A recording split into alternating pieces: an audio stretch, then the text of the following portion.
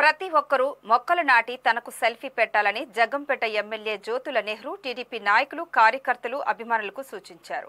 కాకినాడ జిల్లా గోకువరం మండలం భూపతిపాలెం గురుకుల పాఠశాల ఆవరణలో ప్రభుత్వం ప్రతిష్టాత్మకంగా చేపట్టిన వన మహోత్సవం కార్యక్రమానికి నెహ్రూ హాజరై మొక్కలు నాటారు. పిల్లలు నాయకులతో వన మహోత్సవం ప్రతిజ్ఞ చేయించిన ఎమ్మెల్యే గురుకుల పాఠశాలలోని తరగతి గదులు, హాస్టల్, వంటశాలలు పరిశీలించారు.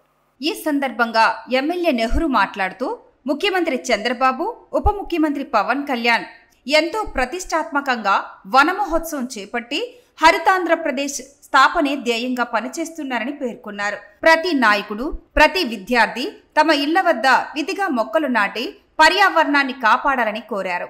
మొక్కలను నాటడం మొక్కుబడిగా కాకుండా వాటిని పరిరక్షించాలని సూచించారు. చెట్లు లేకుంటే భవిష్యత్తు ఆగమ్య గోచరమవుతుందని పేర్కొన్నారు. ఉప ముఖ్యమంత్రి వర్యులు పవన్ కళ్యాణ్ గారు సమైక్యంగా ఇద్దరూ కలిసి వన మహోత్సవాన్ని ప్రారంభించారు. ఇవాళ ఈ వన మహోత్సవాలన్నాయి మనం కొత్తగా చేసుకునే కార్యక్రమం కాదు. గతంలో కూడా చేసాం, ప్రతి ప్రభుత్వం చేస్తుంది.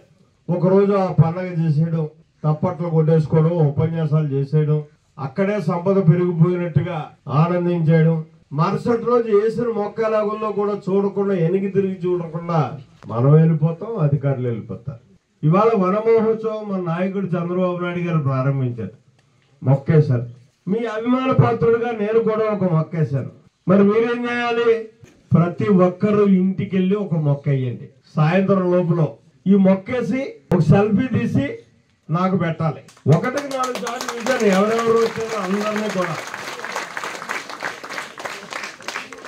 నేను రీల్ చేసుకున్నాను. వచ్చిన వాళ్ళందరినీ నన్ను చూడలేదులే, పర్లేదు, నేను వేయకపోయినా అనుకోవద్దు. ఆ మొక్కని వేసినటువంటి మొక్కని నెలకొక్కసారి మళ్ళీ చూపెట్టాలి నాకు, అది బతికిందా లేదా.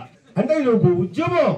మీరు నమ్మకండి, ఒక చెట్టు నీ ఇంటి దగ్గర మొలవగలిగింది అంటే అది నీకు ప్రాణ రక్షణ చేసేటటువంటి ఒక ఆక్సిజన్ ఇస్తుంది నీకు.